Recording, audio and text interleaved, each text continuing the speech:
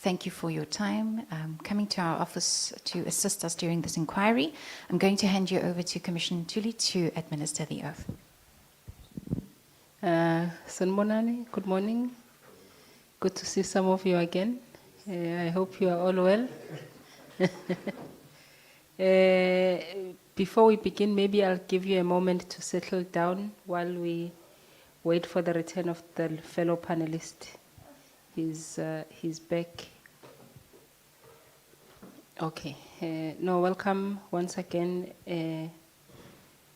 to the members of COCTA's staff complement. We welcome you, HOD and staff. Welcome. We, as you know, I am Commissioner Ntuli. I'm joined by Dr. Kata, as well as Dr. Fobosi on my left. And together we make the panel this morning who will engage with yourself. I understand you've already prepared a presentation. Before we begin, we must conduct the administrative processes of administering the oath. Do any of you have any objections to taking the oath this morning? No.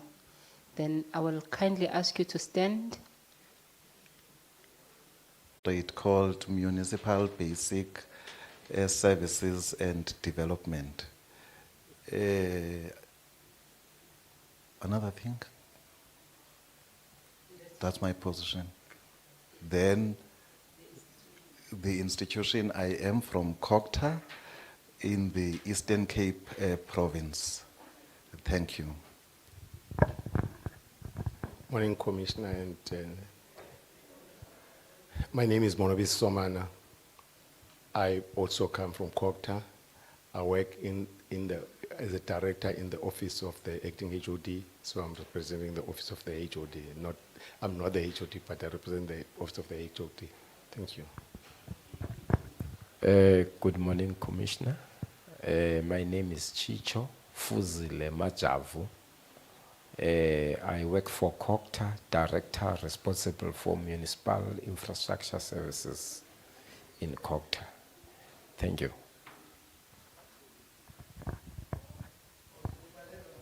No, thank you very much, colleagues. I must just check with the PM because we were expecting the HOD as the accounting officer. So I'm not sure what the implications are for his absence. As you see the team leaving now, it's the MEC as well as the HOD, which shows the respect of this procedure that we are conducting here. So maybe can you indicate to us why the HOD is not available? Thanks, Commissioner. Let me first thought we're gonna, when we start, give a formal apology on behalf of him. He is unfortunately unable to attend, so he has delegated us being led by Mr. Plaki because of his commitments that he could not get out of, but he did said we must profusely apologize for him for not attending. He also wanted to come. I'm not sure if this is going to be possible, especially noting that sufficient notice was given to him and no apology has been formally submitted to us. So it's coming as a surprise to us that the HOD is not here. And I think you will also accept having seen that the other institution is represented by its MEC and its HOD. I'm going to maybe just check with the provincial manager how we should proceed. Maybe if I can, Commissioner. Thank you. The acting HOD prior planned to be with the Commission. There was an already scheduled risk management meeting which has got issues in its agenda. When he interacted with the members of the risk committee, they indicated that they need him in that meeting. So he couldn't delegate anyone to be the one that chairs that particular meeting. And also he tried to shift it. The only dates that were available for the members who are external members was in January. Then there was an apology that was sent to the commission yesterday in the afternoon, indicating that he won't be able to be available because of that commitment. Thank you.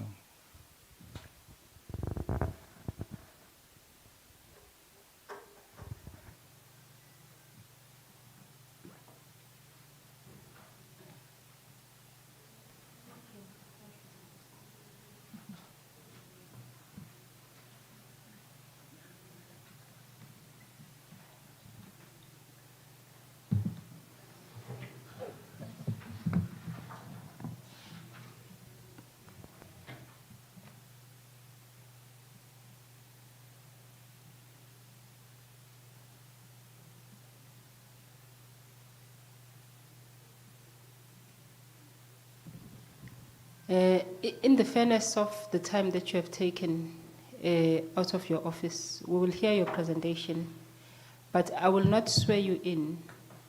You will just deliver the presentation, and that presentation will be confirmed once your HOD avails himself or herself. So you will convey the message to your HOD that the only reason we have taken the presentation is out of respect for the time you have taken away from your work in your office. Otherwise, it must be confirmed through his rearranged presence here before the commission. We will avail himself, and it is then the HOD's responsibility to communicate the earliest possible date that they can avail themselves. In that regard, then I welcome you, and I'm not sure who amongst you will do the presentation. As I've indicated, I won't swear you in. I'm Commissioner Ntuli. This is Dr. Kata on my right, Dr. Fobosi on my left, and we make the panel for this inquiry. I will then offer you the opportunity to present us with the presentation in line with the questions that the Commission would have asked in its invitation. Thank you so much. Thank you very much once again, Commissioner. The presentation is going to be done by myself, which I have indicated earlier that I am Lutando Plachi. We received the questions from the Commission. However, we thought let us, before we respond to the questions, contextualize where we are coming from in terms of our mandate as the department, so that when we respond to the questions, it would be in line with what we are responsible for. The presentation was shared with the Commission, I think, yesterday. So I think the commissioners are privy to that information. Then our mandate from the Constitution, we align mostly with the people, especially in terms of the human dignity, which I think is part of us converging here. Chapter 3, cooperative government, where we have to ensure that the three, especially when it comes to the support that is rendered to the province, they do cooperate. Chapter 6, which talks to the provincial government, your chapter 7, local government, your public administration, as chapter 10, as well as traditional leadership. Hence, we have changed the mandate from the Department of Local Government to the Department of Cooperative Governance, because we have to coordinate everything that is provided to communities.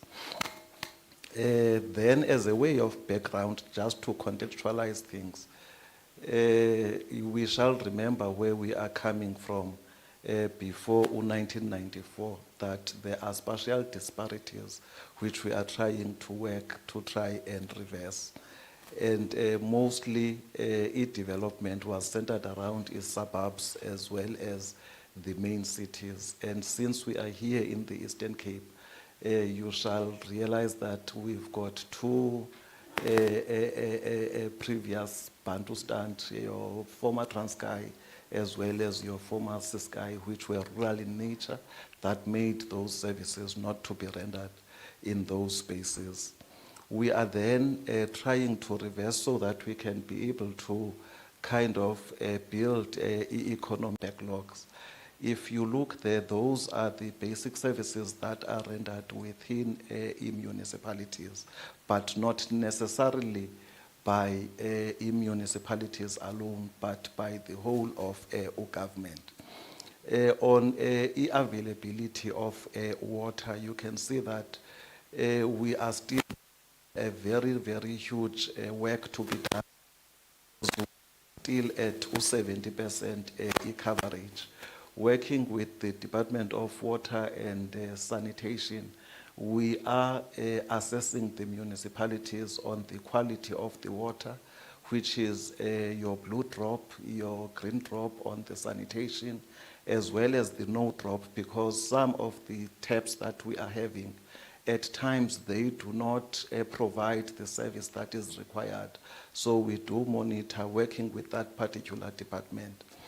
On e-sanitation, we are on 86%. On electricity, as you would remember from the context that it was previously dark within the villages, we are now at 84%. Then what brings us here, which is the roads infrastructure, there's very, very huge work that still needs to be done because we are at 60%. Looking at the 60%, we still have, in terms of kilometers of road, that still need, that are not, maybe if I can call it, conducively travelable. You look at Ikrisani, we only have of good roads 25%, Amatole 45%, which then reduces that average to 60%. On refuse removal, mostly it's within the urban centers where it's overall 72%. Then there's the other land, but I think I've touched the one that the Commission is mostly interested on, which is the roads infrastructure. If you look at our legend, we are then saying, for everything, if the basic services are from 0 to 79%, it means we take that as if we are still, there's still very, very huge work to be done. That's a red area. Then from 80% to 99%, we can say at least we can see that at least there is something that we are, that has been done, and it's something that we have to accelerate on so that we can be able ultimately to achieve the 100%. But none of the services at this juncture have we managed as a province to achieve the 100% coverage. I think this slide basically just explains what I have already explained in terms of where are we standing in terms of basic services. Then the challenges that we are seized with, mostly as a department coordinating the whole of government, is that when it comes to infrastructure, there is a poor capacity of the infrastructure itself. We were just discussing when we were sitting in the holding room, that some of the municipalities, if you see sanitation, because of load shedding, the pumps are not working. Because of vandalism, some of the pumps are faulty, which then makes the effluent not to be able to be processed. The roads infrastructure, which is not, as I have indicated earlier, in a good travelable air condition. So those are the constraints that we are facing. The maintenance issues, you find even though we develop the infrastructure, but in terms of the maintenance, there is still a very an improvement area to be covered. But even that one, we have kind of made amends in terms of the municipal infrastructure grant framework, where we are saying as government, municipalities can be able now to utilize 5 to 10% of those grants to be able to maintain the infrastructure that has been developed. So previously that part of the facility was usually not there. Then the capacity, inherent capacity within the municipal institutions, you find that municipalities are a training ground for technical services personnel. Once people get experience, then they leave those municipalities, especially the rural parts of municipalities.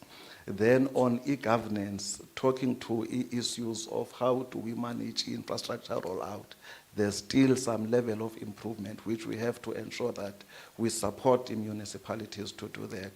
Your funding deficiencies, because we are a vast province in terms of the kilometers that you travel, the topography, then you find the allocations within the province are not really making us to achieve the intended outcomes, and also exacerbated by the absorption level of the grants themselves, because even the money that has been allocated to the province is not fully utilized by the municipalities. Some of it is returned to the fiscus. Then the poor coordination, which I think is also the subject of this commission, where it's going to be said that this is not my mandate as a local municipality, it's the mandate of the district or the mandate of the province, which means that if we can be seamless as a government, then communities can receive the services which they deserve from a government, because they will be talking to the same government that is properly coordinated. Then how are we then trying to solve all these?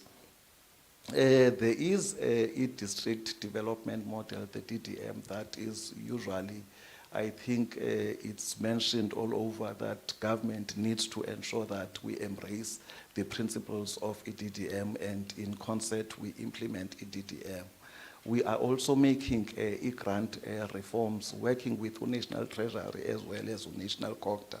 Then at a provincial level, there is a risk-adjusted strategy that we have developed, which is led by the MEC himself, where we ensure where we monitor the expenditure and have and have targets in terms of grant expenditures. But I'm going to be talking to those in the following slides.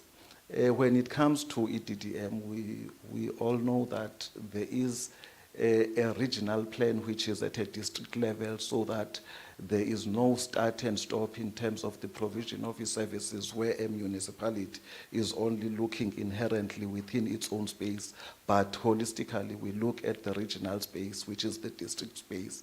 Then there is that one plan which everyone contributes, and also ensures that there are synergies between sector partners in terms of their own contribution to what is going to be done. So basically, we are fostering that through the DDM, and we have already developed these one plans. We have established structures which are aligned to the IGR structures for the monitoring of the development of the plan, as well as ensuring that in terms of the implementation, it's going to be done coherently. Then moving on to grant reforms, we just thought we should share the amount of grant that is allocated to the province, which is mostly used for roads within the province. In 2021, we thought we should give a trend. In 2021, we had 1 billion. In 2022, we had 999 million. Then this financial year, we've got 1.1 billion segmented in terms of the districts in that manner. These are the grants that we are saying we need to improve the absorption capacity of municipalities, so that everything that has been allocated to the province via municipalities can be able to be expended in full. Then furthermore, we, as I have indicated earlier, we, through the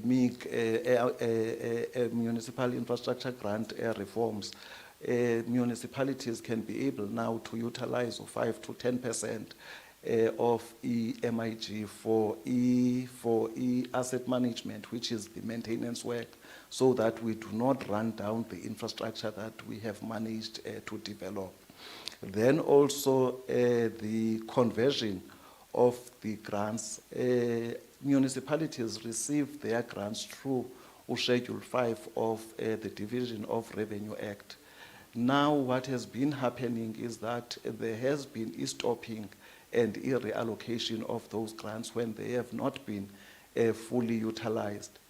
Now that money goes back to the fiscus if there are no reallocations that a municipality has received. It then penalizes the community members, because it's not only the municipalities who are affected, but the communities, because those services are not going to be rendered to the communities. Now the changes are saying that the non-utilized grants can be converted to Section 6B, where the SOEs of Provincial and national government can utilize those funds to implement the projects that were supposed to be implemented by the municipalities themselves, which would ensure that rather than taking the money and making communities not to receive the kind of support that they are still going to receive it, but from a different provider. Then improve expenditure through procurement reforms. That's one area that has delayed absorption of the allocated grants. Now what's basically happening is that in municipalities, through the amendments, they are encouraged, and it's going to be included in the framework, that they have a panel of service providers, so that we can reduce the planning to the implementation leg of infrastructure projects. So these are the reforms that are being brought by our government, working with the province. The risk-adjusted strategy, we are saying let us have a pipeline of projects, because what we have identified has also contributed to us not fully utilizing the grants that have been allocated to the province, is that midway through we change the projects that have been registered, and it takes a lot of time to re-register projects, and you find the implementation timelines, we are not going to be able to meet them. We are then saying, let us have a rolling 3-year kind of a cycle, where we are going to ensure that year one, we get projects that are going to be prepared, your feasibilities, your EIAs to be done. Then on year 2, you do all your pre-engineering services, which means your designs. You also procure service providers. You reprioritize, in fact, the projects that you feel they are required by community members. On year 3, you can be able to implement. Whilst you're implementing, you are starting preparing others, so that this wheel keeps on moving, it keeps on rolling. Then we are then saying we have adjusted the expenditure timelines from the DORA indicated timelines to say in municipalities they need to pre-plan, so that come July they can be starting with the implementation, and at December we can be having to September we can be having 30% of the grants being utilized, at December 60%, which DORA requires us to be at 45%. Then we can ensure then that we are going to be able to utilize all that has been allocated to the municipalities. We are then saying we cannot leave it to chance. these should be expressed in terms of the performance contracts of the municipal managers, your CEO, your CFOs, your technical directors, your PMU managers, and supply chain managers. We have been doing rounds with the MEC because this one is led by him directly, where emails were made to account on the non-attainment, those that did not attain 30% in September. And we're going to be going back because the targets have not changed. So incrementally, we want to improve the grant absorption capacity of municipalities so that the state of infrastructure within the province can be improved. Now coming to the questions that were posed by the Commission. There were roads that were lifted by the Commission in the correspondence that was sent to the department. Which are those, I think you are looking at the presentation which are those that are listed in the slide. We are then saying in terms of the powers and functions of government, in particular, when you're talking to Schedule 5, Part A, the issue of provincial roads and traffic is a functional mandate of provincial government through the Department of Roads and Transport. Then Schedule 5 demarcates municipal roads to local government. Local government in terms of local municipalities because districts do not implement roads. Then, because of that, it becomes difficult to know which roads are going to be belonging to which sphere of government. There was a classification of roads which was led by the Department of Roads and Transport in the province, but later delegated in terms of its finalization to district municipalities. In terms of the land or the road classification, all trunk roads, they belong to the provincial government through the Department of Roads and Transport. Trunk roads are those roads that link district municipalities. All minor roads, they are also within provincial government. Those are farm roads that were previously maintained by divisional councils. Then also roads that link villages, which are called district roads. They are also a mandate of the provincial government. Then when it comes to the municipalities, municipalities are responsible for access roads where you enter now into the village itself. So the roads that take you to closer to the villages are the roads that are managed by the province. Then when you enter now the villages themselves, those are the roads that are managed by the municipalities. And also the wagon wheel roads, where we are going to understand usually within villages there were no roads. So they ensure that they start the construction of those roads that were made by the wagon wheels, including motor vehicles. So it is our submission, Commissioner, that the roads that prompted this kind of an inquiry are roads that basically belong to the provincial government through the Department of Roads and Public Works. Then the Department of Roads and Transport rather. Then the pointed questions where we were asked to indicate how are the state of roads impeding COGTA's mission to enhance the capacity of municipalities to exercise their authority within the spaces that they manage.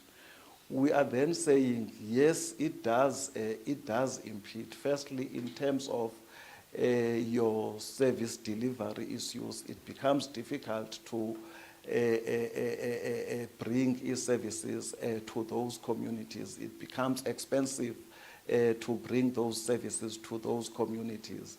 where there are economic opportunities, economic attraction areas, you find it also becomes difficult to take produce from rural areas to markets because of the road conditions. So it really affects us in terms of ensuring that municipalities are capacitated. And you shall understand that we are always talking about the poor state of financial viability within municipalities. This which really contributes towards exacerbating that kind of scenario.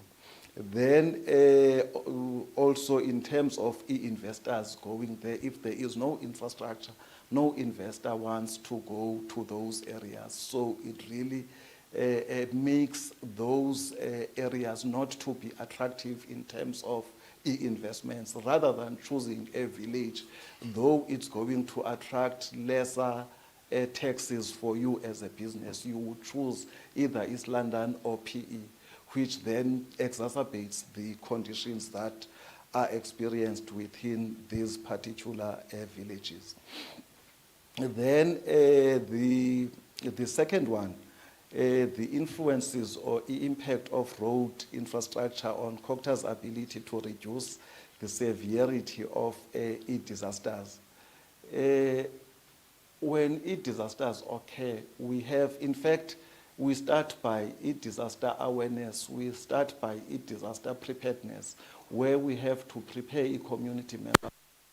They can know what is it to do when disasters strike, especially the disasters that have been assessed to be prone in those particular areas. So it becomes difficult to reach such communities. It becomes difficult to ensure that you continuously make awareness so that those community members can be able to internalize what is supposed to be done when disasters strike.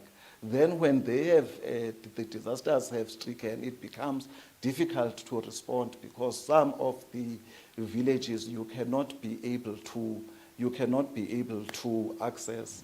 We have even went further to procure drones within the department so that those difficult to access areas we can be able to access through those drones, so as to mitigate the question of inaccessible areas. Then the third one, the role of municipalities, the role of municipalities in cooperative governance and the impact of poor roads in terms of that. The executive leadership at municipal level finds it difficult because, as I have indicated, community members do not know who's responsible for what. If they see the condition of roads being bad, the closest government to them becomes the municipalities. Then they report those to the municipalities and are expecting the municipalities to respond. So you find the municipalities are inundated with community complaints in terms of that. They have even went further when disasters have stricken. There is a disaster management grant. Some of the municipalities, their applications could not be approved because some of the roads that they included, they are not within their own mandate. They are within the mandate of a provincial government. So you cannot apply for something that is not within your mandate. But through the pressure that they are receiving from community members, they thought it would be better if those roads could be the ones that are mainly prioritized in terms of the disaster grant funding, which was not approved. They engage Sahrc when these national roads are being constructed, so that at least part of the social responsibility of Sahrc could be the construction of roads that are linking villages, which is not the function of municipalities, but because it makes better the lives of the community members, they engage Sahrc on those. So really, in terms of cooperative governance, we feel through the improvement of the road infrastructure within the province at least, we can do better. Then the participatory democracy, how is it affected? In order for us to take government to the people, you need to utilize these roads. And you shall find the condition of the roads makes those engagements not to be effective, because some who know the conditions of the roads prior to them traveling would rather apologize than being exempted to those kinds of roads. Then in terms of the level of attendance, it gets affected. We usually, through municipal public participation, engage other sector departments like your Home Affairs in terms of bringing your services on wheels, your Department of Health. You find that the trucks that they are using could not be able to travel to the communities that they are supposed to be able to provide services to. Your issues of petitions that inundate the department because they start at municipal level, then the municipalities will indicate that that is not their function, then they come to the department, and the department has to coordinate it in terms of the provincial structures so that those are attended to, but it affects participants. The next question, the difficulties in facilitating viable, sustainable developmental municipalities.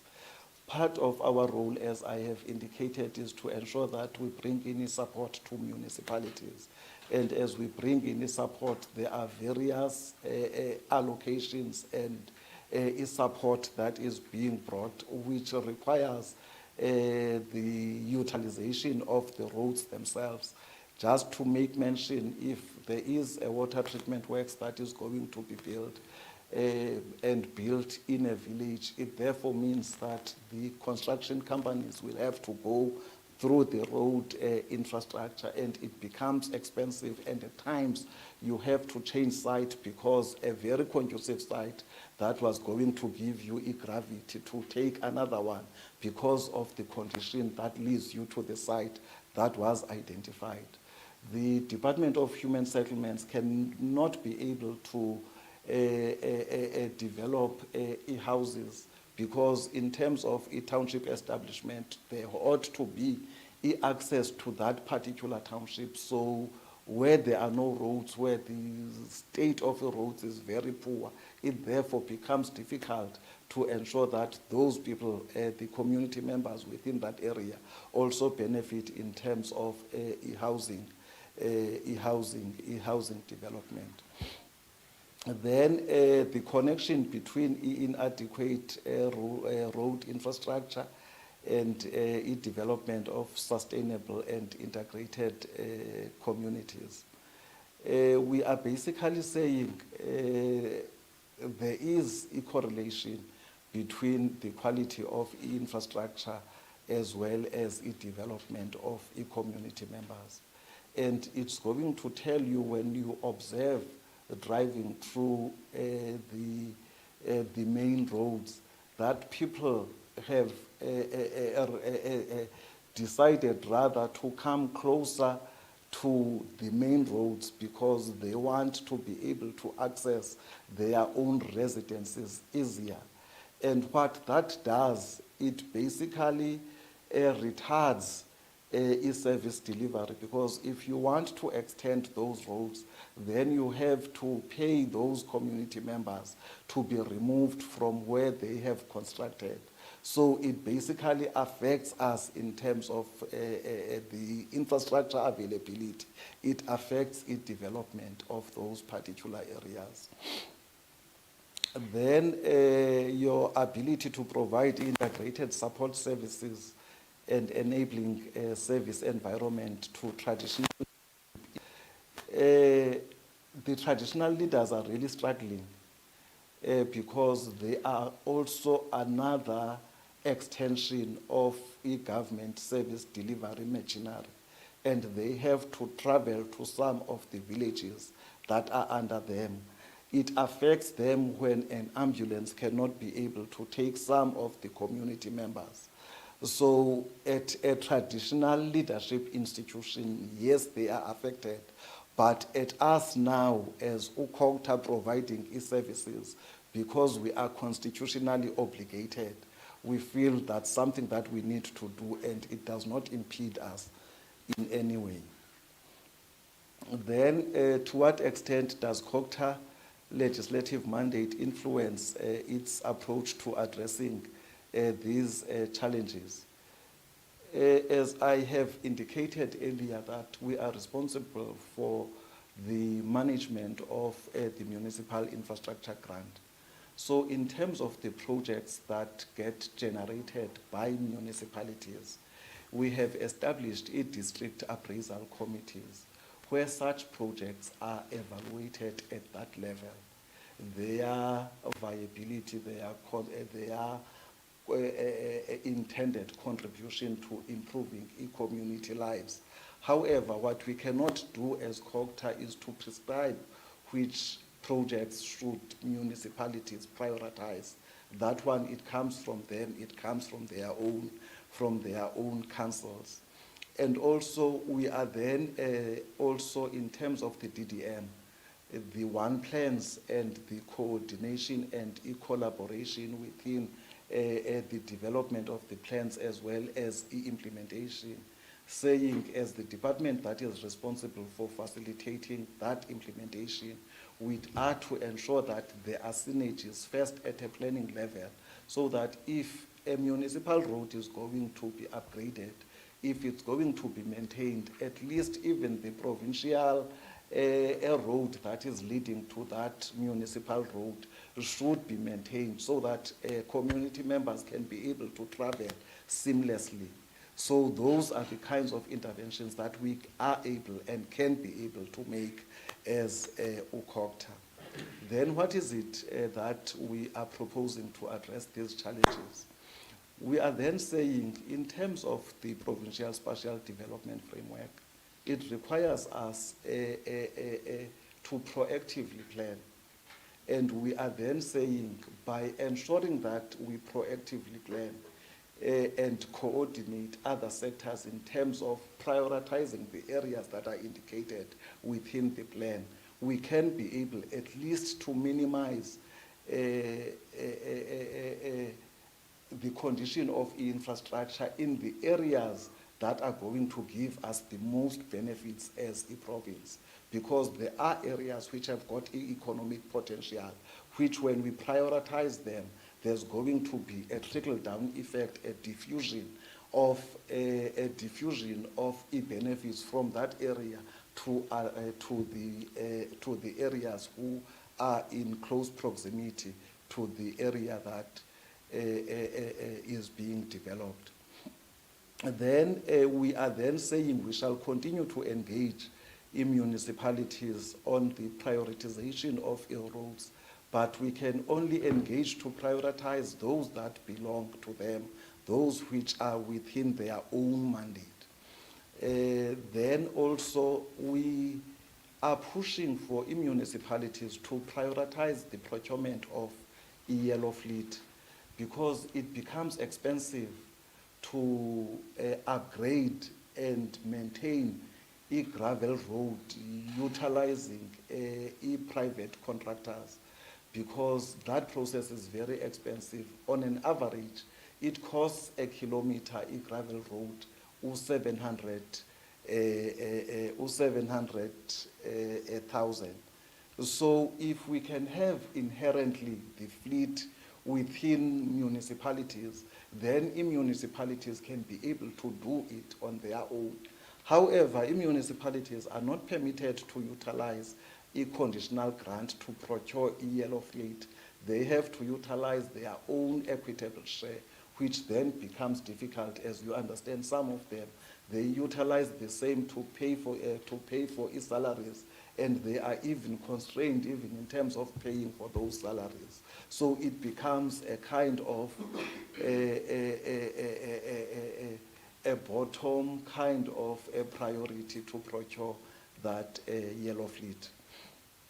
Then encourage the Provincial Department of Roads at least to prioritize and align their maintenance of their roads with what municipalities are doing, as I have indicated earlier, so that we can synergize. When we are maintaining the roads, we know that the entire value chain of the road is going to be maintained, rather than focusing on the area that each sphere is mandated on and leaving the other area not being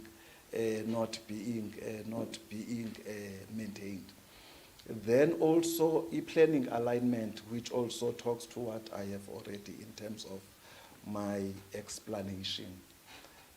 We are then saying in terms of further recommendations, the Commission should note the report, to note the support that we are providing as a department to municipalities, to further note the coordination initiatives that our government is implementing, so that we can ensure that e-service delivery becomes seamless and there is integration at that level.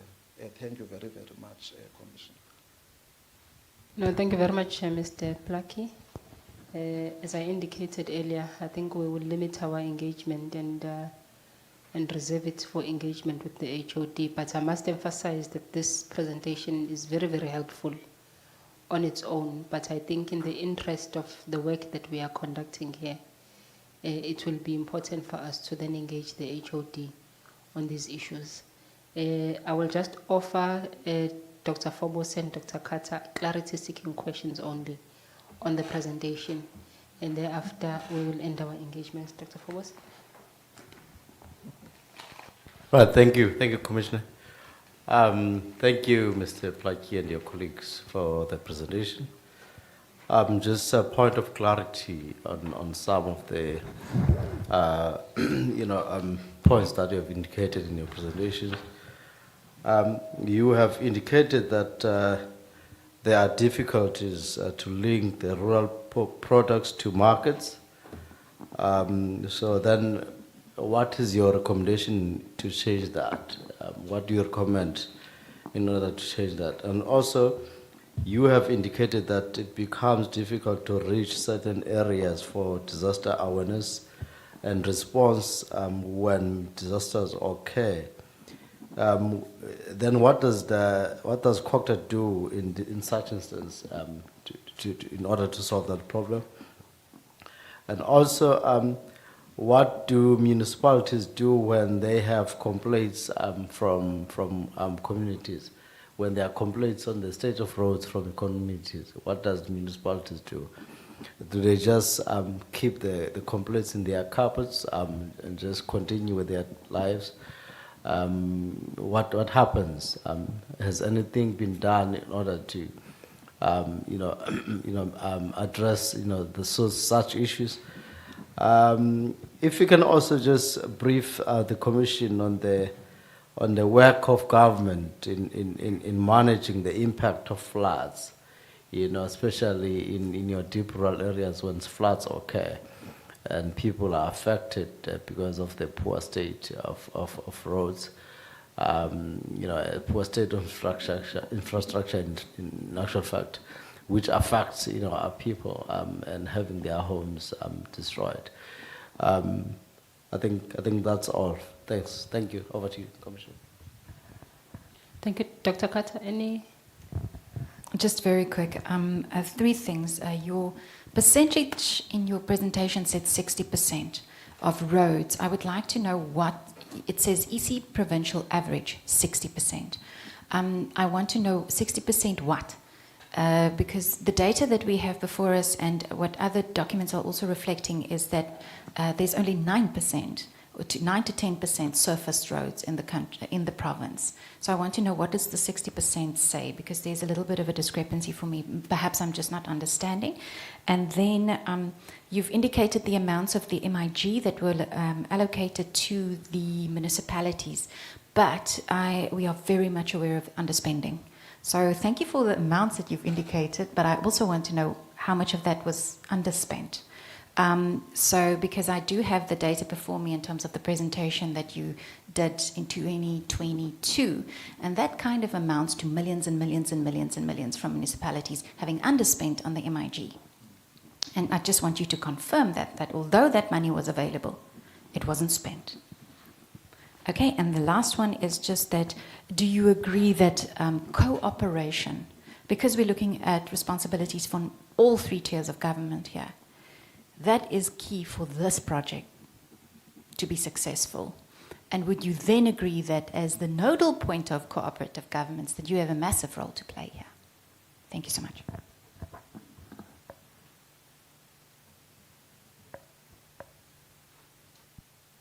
What to you, Mr. Plack? Thank you very, very much, Commissioner, and thanks for the questions. I've got my esteemed colleagues here with me who are going to be taking some of the questions. Maybe also adding to some that I would have tried to respond on. Then the recommendations on how are we recommending as COCTA so that the produce within villages can go to market in the right state and can be able to reach those markets. Here, Commissioner, there is no silver bullet. That produce has to travel through the roads. And it has to travel through the roads that are maintained by government. Hence, we engage the Department of Roads and Transport through various structures, including the MUNIMEC, where they are requested to make presentations in terms of how far are they in terms of maintaining the critical roads within the province. So they do continuously update, but they always cite the expensive nature of ensuring that all the roads which they are managing are going to be in good working order. But incrementally, as a department, we ensure that we monitor that process and we ensure that from year to year there is some improvement, and especially in terms of the targeting of the roads themselves, so that you start where it's going to bring the most benefit to communities and then be able to do the others later. But there is no silver bullet. We have to get our act in order. We have to ensure that the roads that we did maintain, the roads that we have developed, at least they can be able to live a longer life to assist communities to live better within their areas of location. What do we do to unreachable areas when there are disasters? In my presentation, I have mentioned that we also have resorted to the procurement of drones. That drone equipment is for us the areas that are difficult to reach, to be able to make assessments, to be able to talk with the victims, because you can talk directly to the drone and we can know the kind of support that is required. And also you can be able to take, they can be able to carry, I think it's 2 kgs of luggage, which you can be able to send to the victims if they are not able, if they are immobile. So they are going to assist us to close that particular gap. But what have we been doing before that is to drive 4x4s and ensure that we try some of the personnel that respond. They had to sleep within the villages that they were supposed to be responding on because of their cars got stuck. Hence, we are trying to mitigate and ensure that at least we have other measures of being able to reach community members, because what we have to do is to ensure that we provide support when disasters occur. Then the managing of the impact of floods. This one is very, very difficult. It talks to maintenance first of all. Within urban centers, the maintenance of road infrastructure, if your stormwater drainage is not prepared for that land or for that event, it therefore means even if there are minor rains, you are going to experience flooding. In municipalities, we do indicate to them that part of the maintenance, it need not to be only on the surface, but to go beyond in terms of the water channels. The drones that we have procured are drones that are at least big in magnitude. We have, engaging within the department, said it would also be better if we could have smaller drones, so that we can be able, when we monitor the maintenance of infrastructure, to look in terms of the stormwater piping to see whether there isn't any debris that is there. And we are encouraging the municipalities to procure ejecting machines, because what usually happens is to unblock the drain on the surface where you can be able to see, but the debris is lying inside there. We also, I think, let me bring a case in point. If you look at Port St. John's, Port St. John's is prone to flooding. And most of the challenges that we are facing at Port St. John's are because of our planning dispensation. The Greenville area, what we have allowed is community members to habitate that place, of which it used to be an environmental area that is working as a sponge, because where they are living, they started at the valley, they are climbing the mountain. When it rains, the vegetation that usually was holding the water, it's no longer there. So the water just runs down. And every time it floods, the Greenville is going to be affected by, it rains, it's going to be affected by floods. What we are proposing to the municipality is the relocation of those people. Now it still floods, flooding, but tomorrow it's going to be mudslides. They are going to come down within their own residences, so it threatens a human life. Then there are interventions that, as a government, we do not link one to another. I'm going to make the case of Port St. John's. When it's flooding at Port St. John's, it's rarely coming from the ocean side. It's also coming from the river Umzimvu.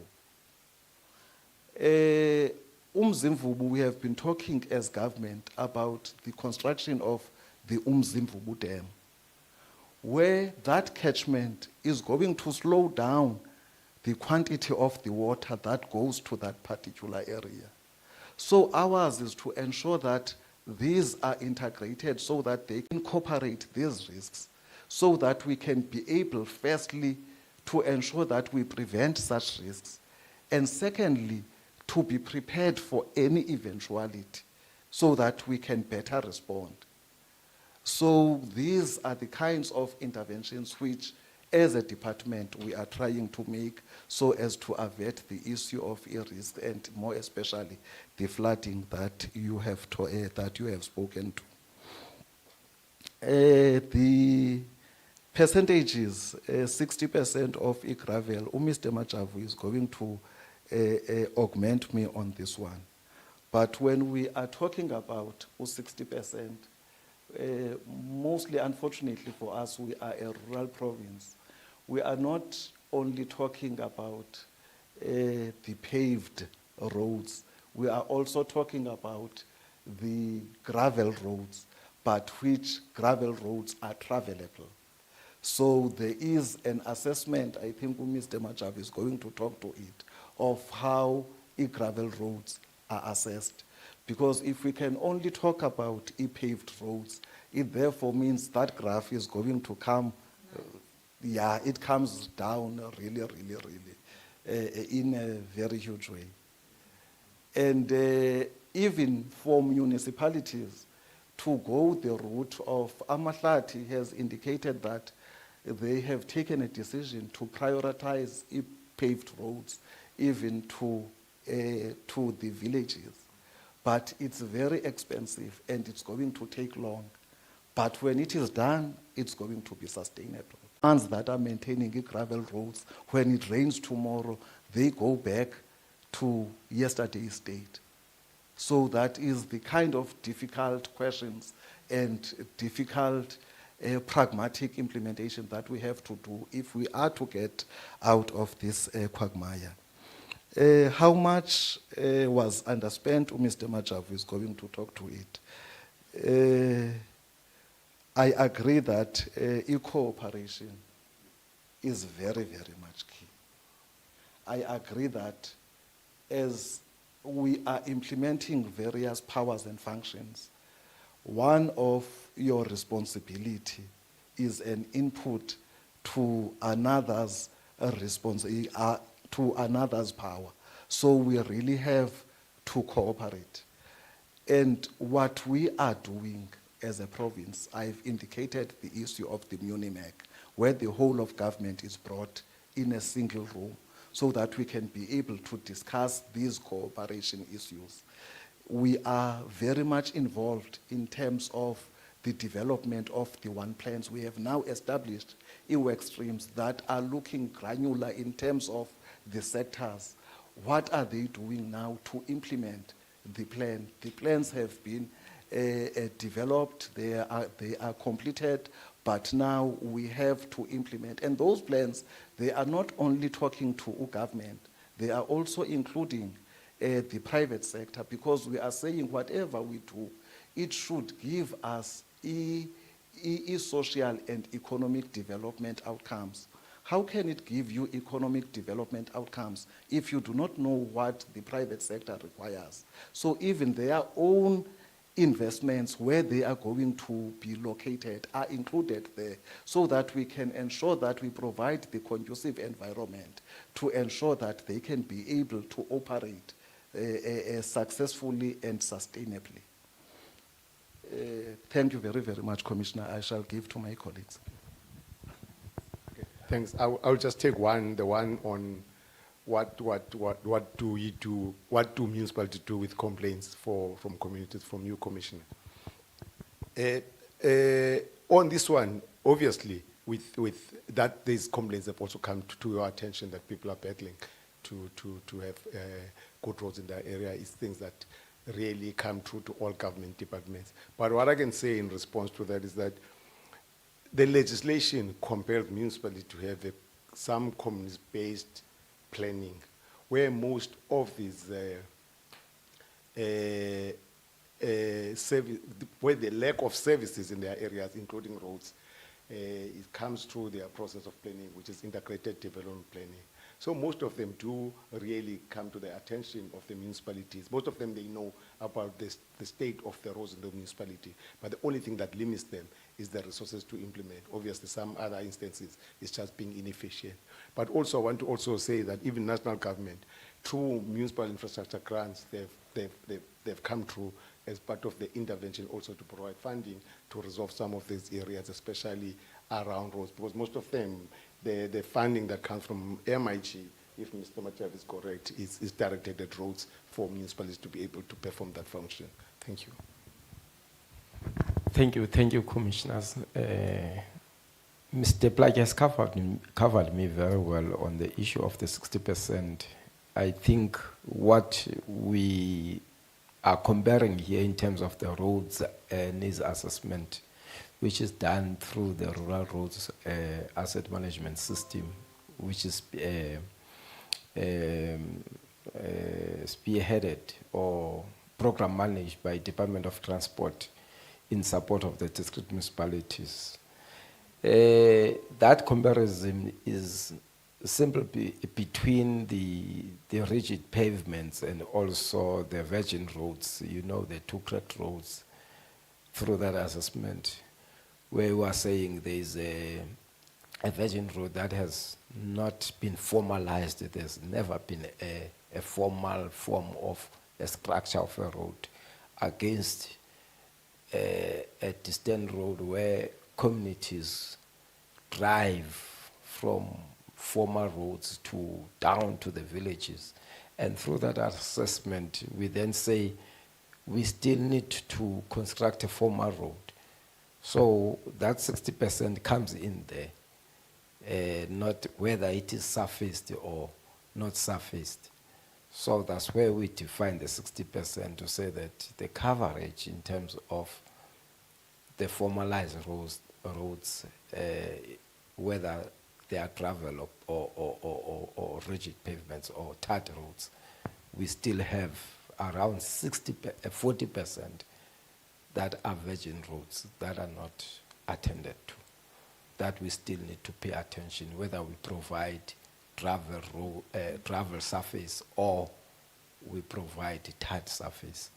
I think that is the 60, where the 60% comes in. I think also on the spending, Mr. Plaki has covered us, me on the, you are quite correct, Commissioner, the figures included there, they speak to the allocations, not necessarily the expenditures. Municipalities do not spend their grants on a number of areas for a number of reasons, and amongst those is also roads projects. We can confirm that. Yeah. Thank you. Okay. Can you also just to say one of the interventions Mr. Plaki referred to in his presentation is the risk-adjusted strategy, which is meant to monitor and ensure that municipalities spend their grants so that we don't have this under-expenditure. No, thank you very much, Mr. Plaki and your colleagues for your time this morning. Our time is now up. Thank you very much. As we indicated, we will then send you off with the message to your HOD, but we will also write formally to the HOD. But this does not indicate any unappreciation from ourselves to the time that you have afforded us this morning, but also to the valuable information that you have provided for us. So we thank you and we wish you all the best.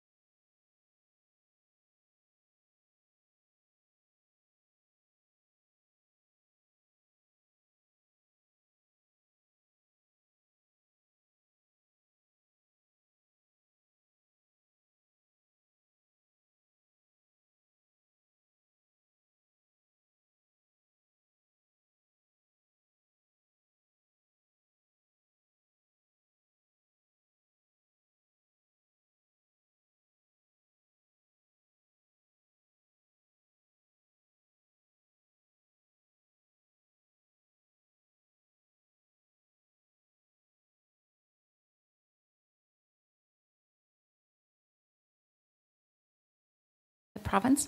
Thank you for attending and availing yourself to participate in this inquiry. Without further ado, I'm going to hand you over to Commissioner Tuli to administer the oath. Good morning, sir, and welcome. I am Commissioner Ntuli, as indicated by Dr. Carter, and I'm joined by herself on the right, as well as Dr. Fobosi on my left, and together we constitute the panel this morning. Before we proceed, do you have any objections to taking the oath this morning? Thank you, sir. There's a microphone in front of you, and for purposes of the record, I'm going to request that when you speak, you use it. Then, having indicated no objections, may I kindly request that you stand. Please read your full name, surname, institution that you represent, as well as the position that you occupy for the record, please. Thank you. Good morning, Commissioner. I am Major General Zitulele Moses Dladla. I'm the Deputy Provincial Commissioner for Crime Detection in the South African Police Service in Eastern Cape. I'm representing the South African Police Service in the Eastern Cape on behalf of the Provincial Commissioner, Lieutenant General Mene, who's out of province. Thank you and welcome, Kabateli. Having indicated no objections to taking the oath, do you swear that the evidence you shall give this morning will be the truth, the whole truth, and nothing but the truth? If so, kindly raise your right hand and state, "So help me God." So help me God. Thank you very much, Mkabateli. You may be seated. Thank you. We have about 20 to 30 minutes to receive your submission this morning, and thereafter the panel will engage with the submission. I will now hand over to yourself to walk us through your submission. Over to you. Thank you very much, Commissioner. I'm repeating that I'm Major General Dladla, the Deputy Provincial Commissioner for Crime Detection. I'm representing the South African Police Service in the Eastern Cape. Eastern Cape Police Station has got 8 districts in line with the municipal districts. That is Sarah Bartman, Nelson Mandela Bay, Chris Hani, Amatole, BCM, Buffalo City, Amatole, OR Tambo, Joe Gabi, and Alfred Nzo. Those are the 8 districts that we have in the province. We've got 100 and poses challenges in accessing the police station, particularly with regards to the following routes. I'm just naming a few. Access road leading to Mantlaneni in Lusikisiki when you're going to Hlababomvu. Hlababomvu from R61 to the police station, to access the police station, is difficult. That is where the police are traveling daily, going to courts, attending to complaints. That is the main road. I don't talk about small roads. The road, access road leading to Zigudu community in Kofimvaba, a road leading to Tafalofefe Hospital from Butterworth to Tsentani, access road R351 in Gwanju, in Bridge Camp, overall road inaccessibility in Qibala community at Tsomo, your R61 road between Kala and Ngocha and Kofimvaba. Even if you look at your R56, which is the road running from your Maclear, passing Mount Fletcher, passing Matatiel, from Mount Fletcher, or from R56 to Tabase police station. It's about 40 kilometers, but it's difficult to access the police station. From the same road, R56, to access Lukolweni police station, before you reach Matatiel. It's difficult. We visited we had the stats release, the provincial stats release somewhere in August, and we went to attend Imbizo near Lukolweni. You could see the road had been recently been graded because there was going to be an event, but the road was still bad, even though it was graded, because it's gravel. So these are the challenges that we are having. The current conditions within our major roads, and majority of are in the rural areas of Eastern Cape, and it's deteriorating. Most of these environments have gravel roads which are not maintained. Many of these roads are having potholes and they've eroded. It leads to excessive wear and tear of our state vehicles. These problems results in extreme conditions during heavy rains, and it worsens the ability of traveling safely on those road surfaces. Making an example, detectives on standby, when they are at their respective residences who are staying in the rural areas, they struggle to go and attend crime scenes. I stay in one of the rural areas. I'm just 13 kilometers from my office.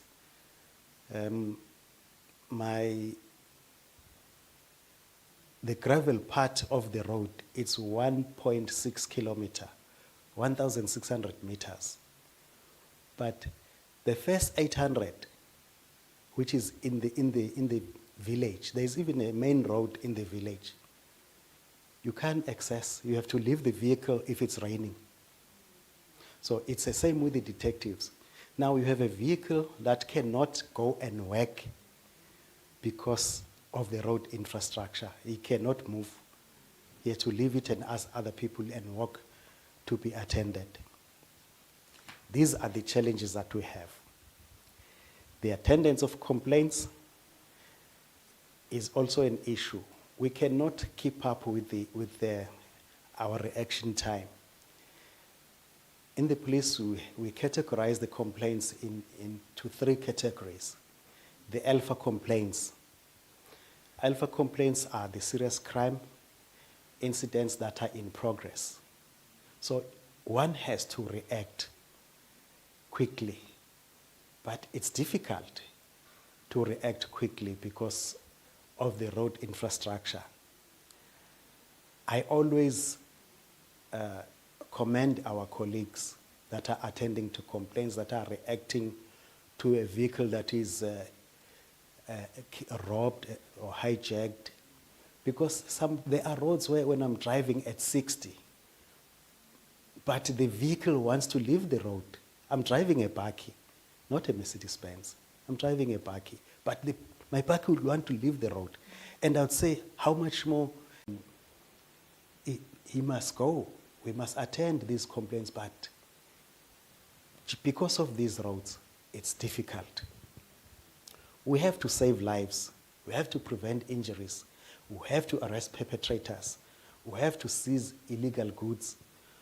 And we have to avoid the loss or the damage of state property and the loss and injuries to our own members. But the roads are not helping. Because even if it's a tarred road, you will find that there are a lot of potholes. These rural areas, as a result, I picked some average reaction time. The worst one is Hlababomvu at 60 minutes, which is an hour.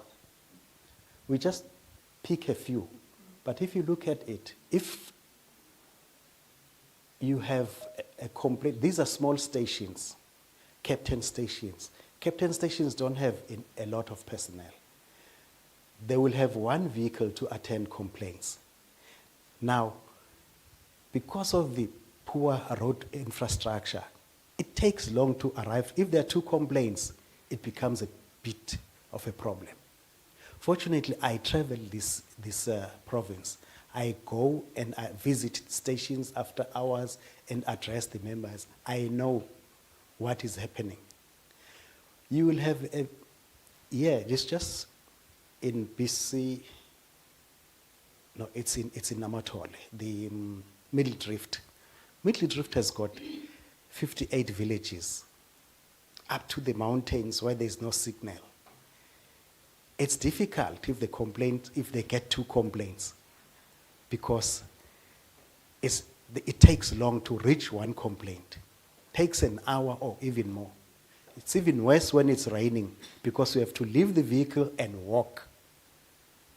It's the same, not only on the complaints, the case has been opened, the detective must go and investigate. My detectives are walking a lot to go and obtain witness statements from witnesses. I understand where the new villages have been formed up, but they are all villages that are supposed to have been attended in terms of the road infrastructure. Yes, there is no money to build, to tar or pave, but if they were graded regularly, it would have been better. There are various challenges faced by the SAPS with regards to vehicle repairs and maintenance. Hey, Commissioner, the windscreens are continuously damaged of our vehicles. Your ball joints, your CV, your shocks, your tires, they get worn very quickly. For example, on myself, my bakkie, when I was working in Cape, it used to give me 100,000 kilometers on tires. But now I don't reach 60,000. It's one of the examples. When I came here, I saw tires. I thought, no, these guys, maybe they are swapping tires. But when I realized it with myself, I said, okay, they are not swapping tires. The road infrastructure contributes to the wear and tear of the vehicles. This impacts negatively on the service delivery. You won't believe, Commissioner, in one of the days last year or 2021, a vehicle, a community service center vehicle that is attending complaints, that is always taking prisoners to court, was driving in town at King Williamstown. It was a Chungwa vehicle. Chungwa is under Amatol. The canopy at the back, that steel canopy, fell off from the moving vehicle. That shows how serious the wear and tear is, because you don't expect that canopy to fall off. And what would have happened if there were prisoners at the back? There could have been injuries to prisoners. Prisoners could have escaped as well. But fortunately, there were no prisoners at the back. That's how serious this wear and tear is. It impacts negatively on our service delivery. This results in community unrest as SAPS is not able to adequately service the community as our main objective to keep the law and order in our community. So we have to buy different makes and models. And you take a vehicle several times to the garage. Sometimes we even fight for the warranty because it's like we are not looking after the vehicles. But it's not in our own making. It's a situation that we work under. I'm fortunate that I'm using my private vehicle for work, so I can compare the two. And I'm using a bakkie. I can see it from my own bakkie and say, what more on a vehicle that is utilized by 4 people, different people that are working on shifts. It's a bit better in the detectives. Detectives, there will be two people who are sharing that vehicle. But on the shifts, it's a lot of people using the same vehicle and they don't look after the vehicle. Now the roads are not helping. The Road Improvement Commissioner will assist us in order to ensure that we are able to better the service to our communities. It will also ensure that we improve our reaction time, and it will also ensure that the trust will be brought back to our communities when we attend timelessly to them. And we'll be able to patrol these areas. People are complaining about visibility. It's very difficult to do visibility in the lallies because you cannot access other areas. I remember there's a place in Lady Frey, under Lady Frey Precinct. There's a place called Ezingqulweni.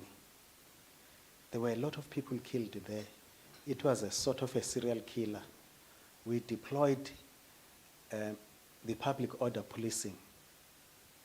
But despite their presence, because it was on a rainy night, 2 elderly ladies were still killed because we couldn't access the area and patrol. We were only using one road. The other small roads we couldn't use. They knew that we cannot access that area. They were killed. It is fortunate that we did solve the cases. We arrested the suspects that killed. The total number was 12 on separate incidents, but we eventually arrested the people that were involved. But I'm just highlighting to say, sometimes you have people patrolling in the area, but they cannot access the particular area. If they can maintain, the roads can be maintained in terms of the central maintenance plan, it could be better. Yes, we appreciate what we're seeing. One needs to ensure that the companies that are given tenders are companies that will do the job, not a shady job. Where I arrived here in November 2018, there was a road. Fortunately, I came from. So those are the challenges that needs to be done. In closing, Commissioner, I wish to bring to your attention our budget for purchasing vehicles. It gets depleted because we don't purchase sedans. Majority of the vehicles that we have to purchase is double cabs, the bakkies, including your 4x4, because the normal bakkie is not enough. We try and put even a Land Cruiser on each stations, especially those that are rural stations. Your Hlababomvu, your Lusikisiki, your Maluti, your Tabase, Sahrc, because we also need to prevent stock theft. Now, it takes a lot of money to buy a double cab because you can buy 2 sedans with the price of the double cab. The sedans will allocate them to the real urban stations, your East London, those stations in PE, but even around BCM, Buffalo City Metro, your stations like Ndevana, Punzana is difficult to access from R546. It's a back road that comes from Zwelicha towards the airport. With a bakkie, I struggled. I turned back when I wanted to visit the station. I had to turn back. So even those stations that are around Buffalo City, we still give double cabs, bakkies, so that they can attend to this, to the complaints and attend. The detectives have to attend. Normally, you'll see in the urban areas, detectives will be driving sedans, and it makes it easy to buy a lot. But because of the terrain, we have to use bakkies. The detectives have to be issued with bakkies and double cabs. We've got different detectives in the area, your FCS detectives, your stock theft detectives. So they all need all those vehicles that will be able to access the victims also. It's not nice to somebody who has been raped and you are taking her home. You have to leave her far from home because you cannot access even the village. You have to escort her on foot to go and put her in a safer place. At the same time, you are worried about the vehicle. So these things are there. They are happening. They are a challenge.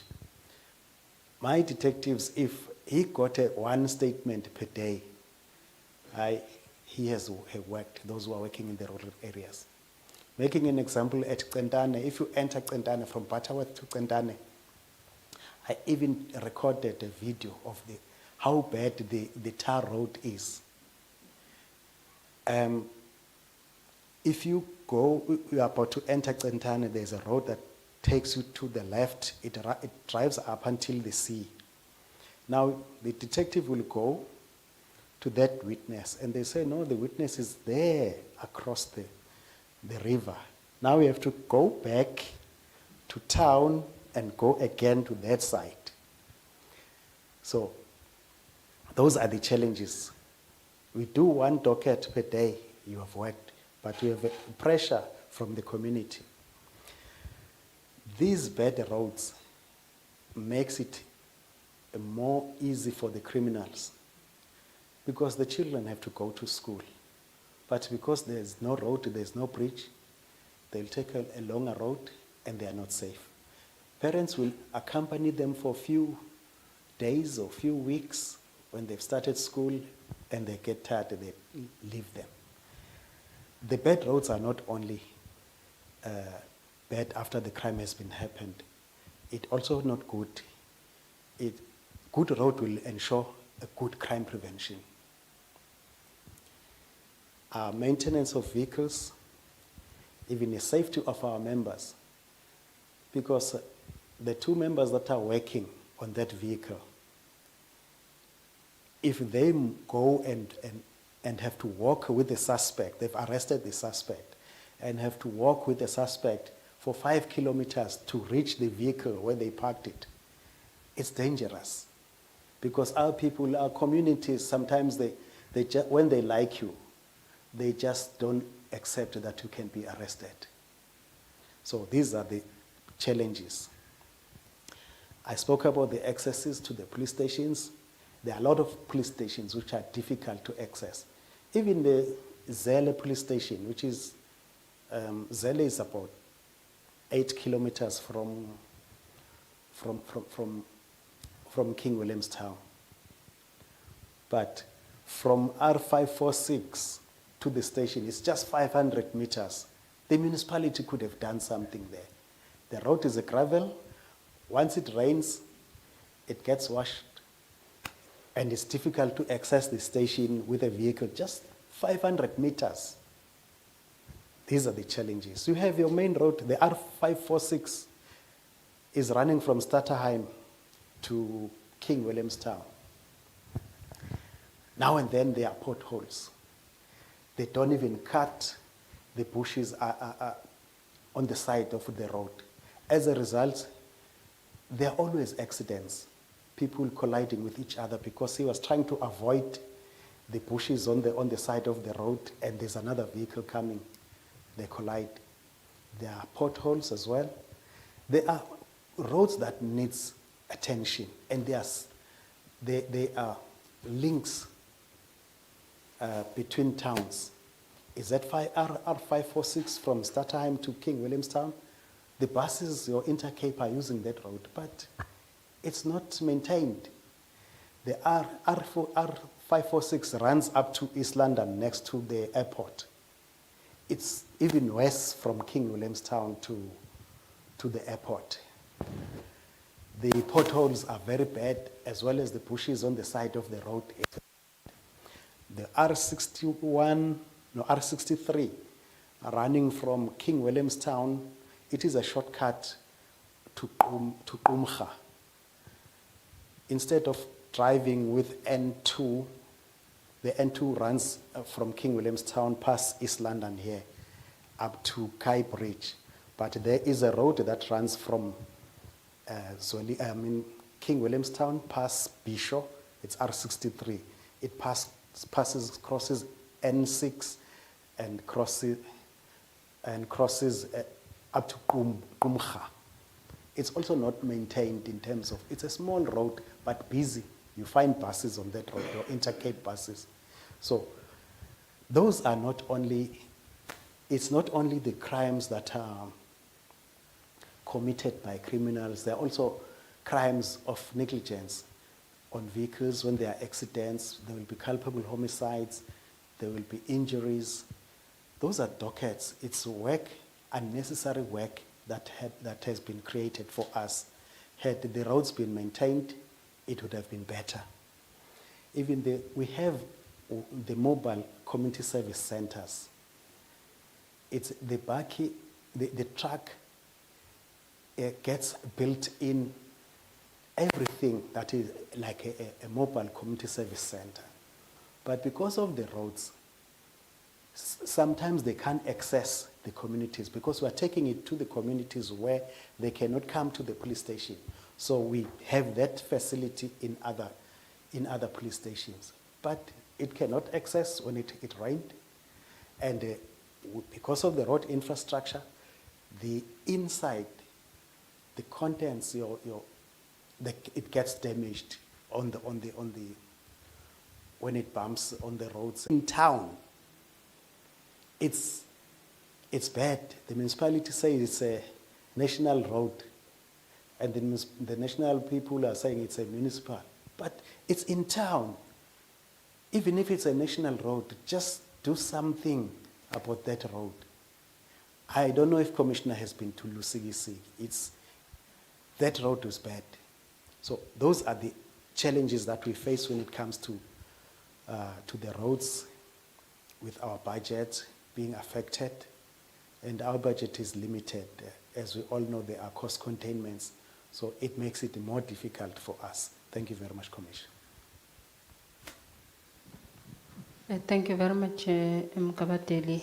Your submission definitely sheds light on issues that we have already understood or suspected, which relate to the challenges that SAPS must experience due to poor road infrastructure, but also based on some of the testimonies we have received from members of communities around the province, which also complain that they have difficulties, especially those who are in rural areas, serious difficulties inaccessibility of areas and the difficulties in accessing justice by members of the community. So with that, I want to thank you for your presentation, and I'm going to hand over to the other panel members to start us off with questions. I'll start with Dr. Fobosi on my left, and thereafter I will go to Dr. Carter. Thank you, Commissioner. Thank you, Major General Dladla, for your presentation. Just two issues. I think you have really shared important, points, as the Commissioner has just alluded. Just two queries on your presentation. You've listed some areas where you've received complaints. So in the first semester of 2023-2024 financial year. So I wonder if those are the only one you received in the whole province, because I know that there's been continuous complaints in some of the areas that are not listed here. One being a police station that is located in Katkop. So a police station that services about 5 or 6 rural areas, some of them even very far from the police station itself, with the rural condition being bad. So I'm not sure if you know the area. So for example, there's one rural area that is very far from the police station, and that is Mdlanguku, and one Swasuba. They are very far from the police station. So in some instances, there's crime that happened in those areas. So they'll have to call the police station, and no one is available. So in terms of accessibility, the condition is not good. So I wonder if you have visited such areas as one of the areas where you can understand the problem of poor accessibility. And also, just the last one, if you can please share where you have engaged, with the municipality and shared your frustrations, especially the problems that you're experiencing. Just share with the commission, what they said, right? What are the recommendations to address the problems? I'll stop there. No further questions. Thank you, Commission. No, thank you, Dr. Fobosi. Let's start with these questions, Mkabateli, and then we'll go to Dr. Carter. Thank you, Commissioner. Yes, I know GATCOP. GATCOP, there is a challenge at GATCOP. Accessing it, we even put the mobile community service center to try and assist the communities. Accessibility is a challenge, even with telephones. The reason the network is always bad. At GATCOP, we don't even have electricity. We've been using the solar, but it got damaged. Electricity, I was shocked because the houses around GATCOP, they've got electricity, but the police station doesn't have. Only the residential part, the barracks, that has got electricity. ESCOM said that they'll be helping us because that electricity is not suitable for I don't know their actual term, but it's not suitable for utilization in the business areas like charge office. That is why they did put it in the barracks. It's there. As a result, if there's shading, there is a cable that they use just for the lights in the community service center. So, yes, there is a challenge with regards to GATCOP communities. Our areas are vast. You'll find a small station having a vast area to cater for. But we are working on them in trying and meet our people to address the challenges. Then when it comes to the municipalities, we are fortunate that our MAC is one and the same one for transport. So we communicate with him. We also communicate with the municipalities with regards to the road infrastructure. The district's municipalities referred us to the local municipalities. They'll say, no, the roads are not for the districts, but the roads belong to the municipalities, the local municipalities. So we do engage them to try and assist us. And a good example, if you're coming to Mkenge, our building at Provincial Office, there are potholes. From the traffic lights, it's just about, I think it's about 120 meters from the traffic light to our gate. We reported, they repaired last year, but it was poorly done. the potholes are back again. We do communicate with them to try and address the problems. Not by the provincial office at the provincial level only, even the stations with their local municipalities, they do communicate with them to try and assist. We say, at least let's access the police station. Thank you. Dr. Kata? Thank you, Commissioner. I think for me, that was very, very helpful. Thank you so much, sir. I think it's, like Commissioner Julie has indicated, it is confirming a lot of our suspicions. Especially the two stories you indicated about children having to walk the back roads or alternative routes to school, which is then obviously not safe. And also rape victims having to be escorted on foot because they simply cannot be taken to safety in a vehicle. That's for me quite significant. Two things from my side. One, perhaps in terms of your background. You've indicated you come from the Western Cape and now you're in the Eastern Cape for a few years. In terms of budget allocation, in your experience, is there adjustments made in respect of budget allocations for fleet management? For, say, for instance, when you came from the Western Cape, it was X, but because it's such a different landscape in the Eastern Cape, with only 9% of roads being paved, is there budget adjustments in your experience when it comes to the different provinces when we take into consideration the landscape differences? That's number one. And then number two, the fleet management and repairs. We have heard that the repairs take place at a central point from the Department of Transport, the government fleet management repairs. And I understand you 4x4 vehicles you have in the province vis-a-vis the sedans. If it's not possible for you to provide those numbers right now, by all means, you are more than welcome to communicate with our office afterwards. We will also follow up with you for that specific details because it will inform quite a bit of an understanding on this. Thank you. Thank you, Commissioner.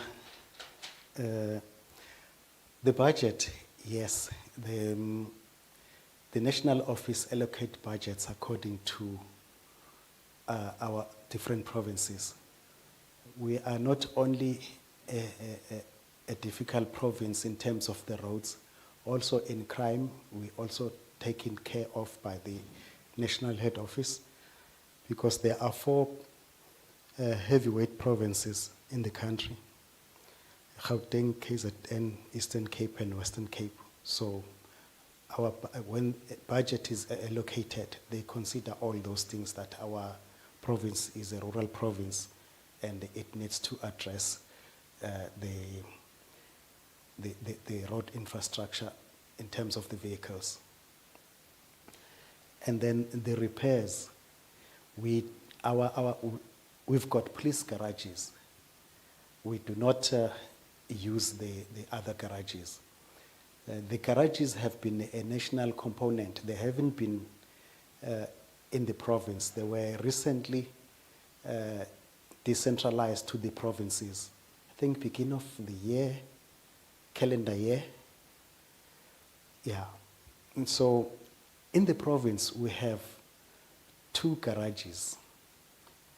Others are just small garages. We have a Gqeberha garage and East London.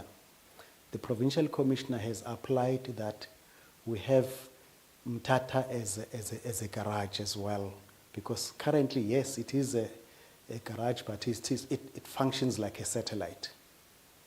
We also have in Chris Hani at Queenstown, there is also a garage there. And Graf Renate, it's small garages that are like satellites. But we are working on that to ensure, to increase the number from 2 to 3, so that we can, the turnaround time can also increase. We recently employed artisans so that we can improve the turnaround time also of the vehicles. Other vehicles are outsourced in terms of the Treasury regulations and the RT46 contract. We also send the vehicles to private garages, but they are going through the SAPS garages who outsource them. With regards to vehicles, I can give you later on how many 4x4s do we have compared to sedans. Yes. May I clarify that you strictly want 4x4, or we must also give the 2x4s? Because most of the bakkies are 2x4s. There are bakkies that are 2x4s and bakkies that are 4x4. Okay, all right. So I will just, we'll say bakkies and sedans. Must I do it like that? Please, yes. Basically, I want to. I just need to ascertain which vehicles are able to drive on the terrains, Okay. and which ones won't be. So that'll give us an indication, and also just Major General, the turnaround time of the vehicles that are in for repairs. Yeah. How many from the fleet, and how many are currently in for repairs? The vehicles that are running, we were standing at 86% when I last checked last week. But I will also get that because we monitor it weekly. Had I known, I would have brought it to you. The sedans, we must also take note that sedans are also utilized by the support staffs, the people that are not traveling to attend crimes or go to the rural areas, only going from a station to the accounting station or to the provincial office. Yeah.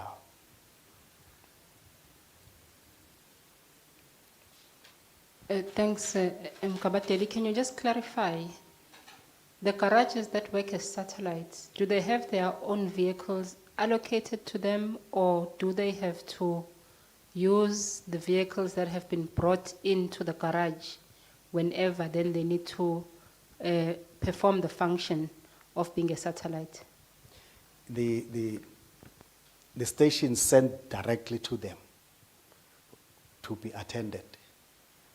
Yes, they are not sent from to East London, then rerouted to the respective small garages. But it's limited what they do, unlike the main garages. They mainly do your service, small repairs. Okay, no, thank you very much.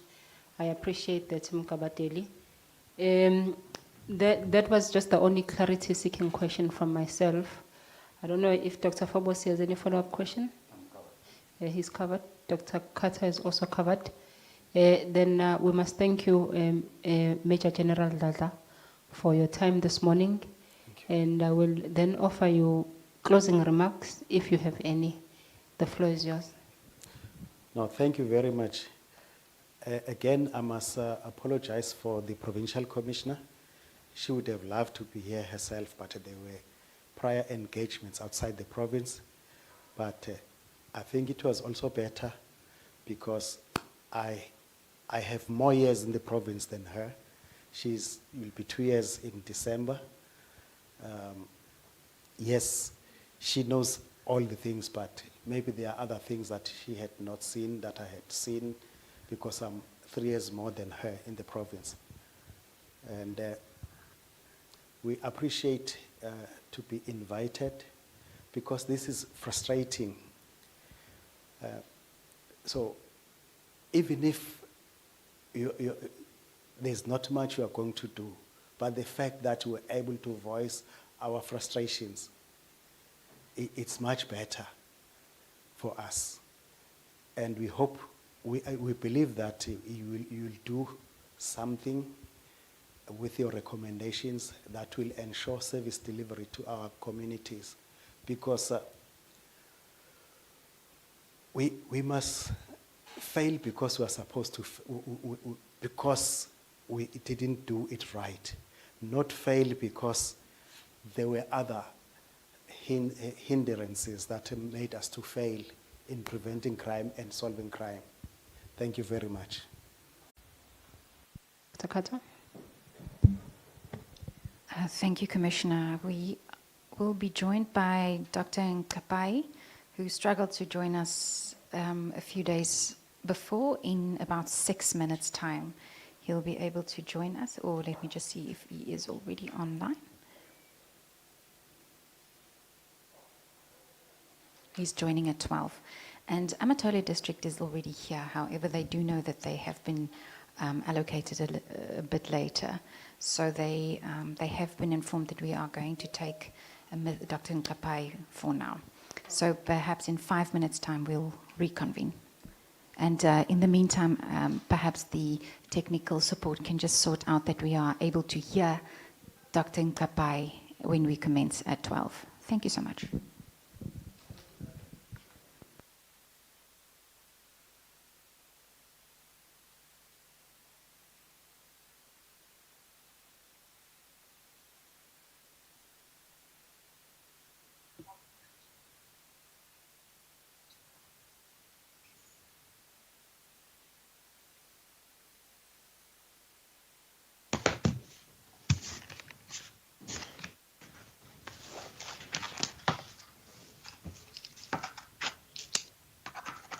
Good afternoon, Dr. Nkapai. Can you hear us? Yes, I can hear you. Good afternoon. Perfect. We can actually hear you as well. Welcome again to the inquiry. We are happy that our technical issues have been sorted out to allow us to hear your valuable testimony. So thank you for joining us and being very patient with us in that respect. I'm going to hand you over to Commissioner Ntuli to administer the oath so that we can proceed with your testimony as we intended from the get-go. Thank you so much. Mr. Nkapai, Okay. good morning. Good afternoon. Good afternoon. Good afternoon, Mr. Nkapai. Thank you very much for attending to the inquiry this afternoon. Apologies once again for the technical difficulties we had 2 days ago, and we share with you our deepest gratitude and appreciation that you are able to join us now. As Dr. Kata has indicated, I am chairing the panel, but I am joined by herself as a co-panelist, together with Dr. Fobosi on my left, who then constitutes the panel. Before we begin, may I get an indication from yourself if you have any objections to taking the oath this afternoon? No, I don't have objections. In that case, then, Dr. Nkapai, having indicated no objections, will you kindly state your full name, surname, institution that you represent, if you represent any institution, and position that you occupy, if you occupy any position? Well, I am Fanny Nkapai. Yeah. A senior researcher for the Trust for Community Outreach and Education. The echo is still there. You are still hearing that echo that was there 2 days ago? I can hear my voice repeating what I'm saying now. In the same way that it was doing 2 days ago?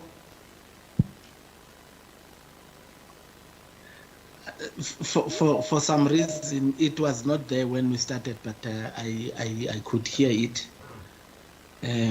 Now it's okay. I think it has stopped now. It has stopped now.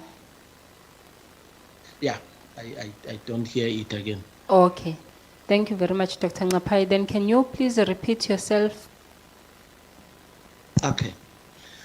I am Fanning Ngapai, a senior researcher for the Trust for Community Outreach and Education, a non-governmental organization that is has a national presence, but is based in Cape Town.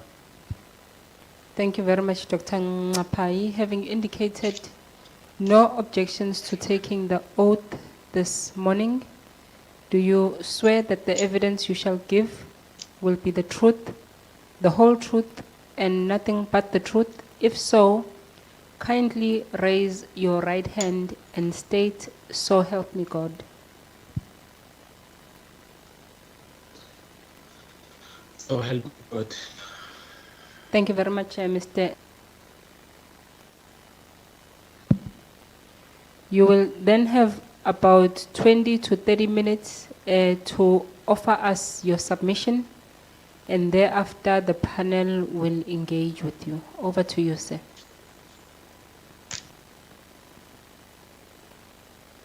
Okay, thanks, sir.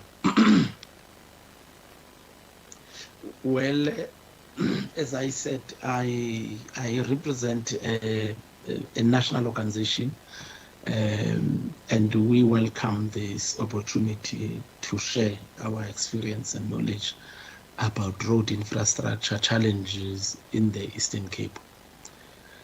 TCOE works with a movement called Inyanda National Land Movement, which has affiliates in 5 provinces in the country.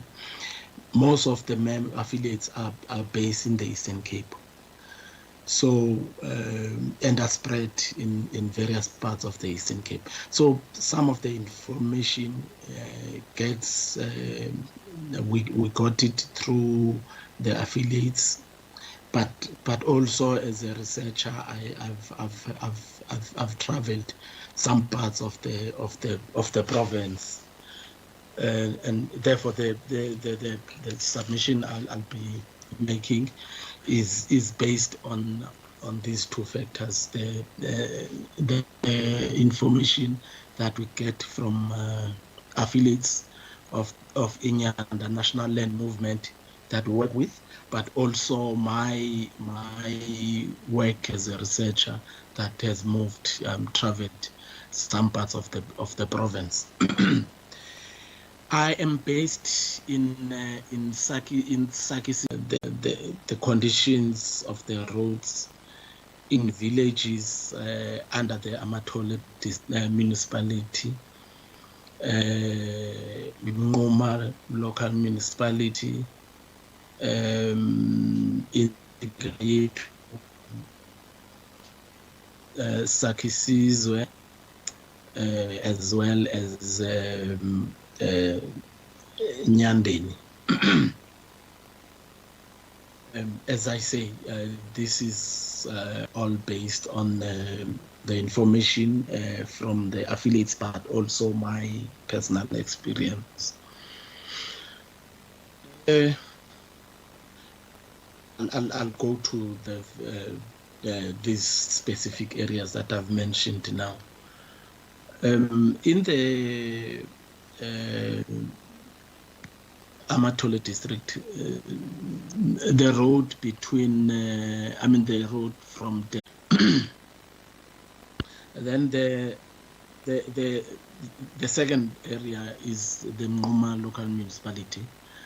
Here I'm going to talk about the road from Tandane to Tapalofefe, past Tapalofefe to Mazepa Bay, and the road from Tandane to Nombanjana up to the Wave Crest Hotel. That road is equally bad. I think it will be remembered that in 2021, if I'm not mistaken, there was a bus accident there, that was caused by the bad condition of the road. A bus that killed almost about 20 passengers that were traveling from the village to drive on. This is a recent one, and there have been reports that a bus, a minibus, was washed away while crossing a bridge on that road from Tsandane to Nombanjana, and 3 lives were lost. Similarly, the route to Mazepa Bay also was, is equally bad, and there had been cases of children being washed away in the area while trying to cross the bridges. As a result, when it rains, water runs over the bridge. The other area that I want to mention is and this affects this business of lucerne producers in Kamata who would be getting business from farmers in Sahrc. I mean, people are reluctant to travel on the road, and using the third road through Ingcobo or through Queenstown, it's too long. I mean, both roads are too long. So the short route is bad. Similarly, the route from Tsala to East London, driving through Ngoga, the Ngoga irrigation scheme, is also very bad. I used it sometime in September, beginning October. I was driving from East London back to Tsala, and it was raining. I passed a number of vehicles that were stuck. Some had gone off the road and got into dongas next to the road. When I was it is raining, the road is very bad. Then I'm getting to then the road again from within between Sahrc and the Intsigayetu municipality. There is another route from Tsala through Mtingwevu up to Tsofimvaba, or to the Intsigayetu municipality. The road is very bad. It's not easy to travel it, and the residents in that area have complained a number of times.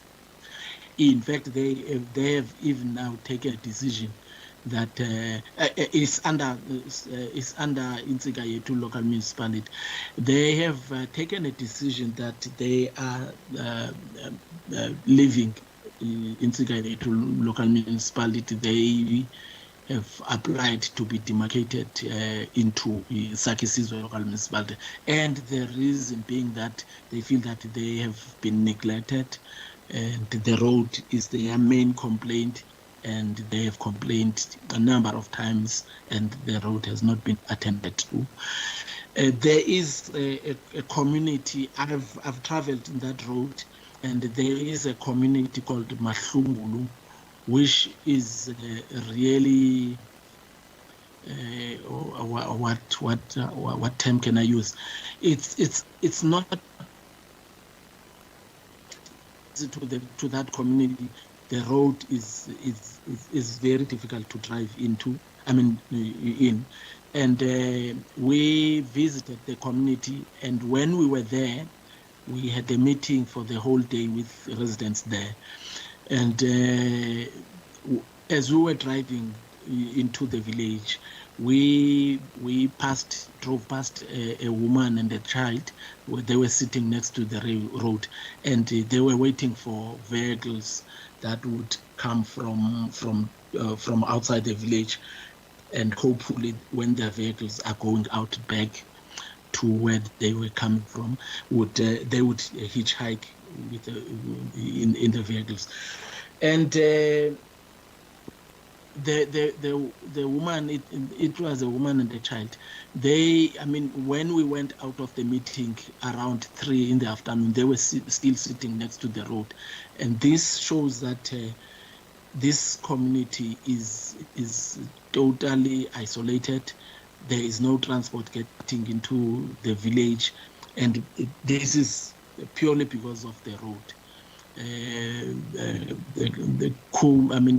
minibus owners have decided that they cannot use their minibuses into the village because the road damages their vehicles, and even the people who use vans are also very reluctant to get into the village.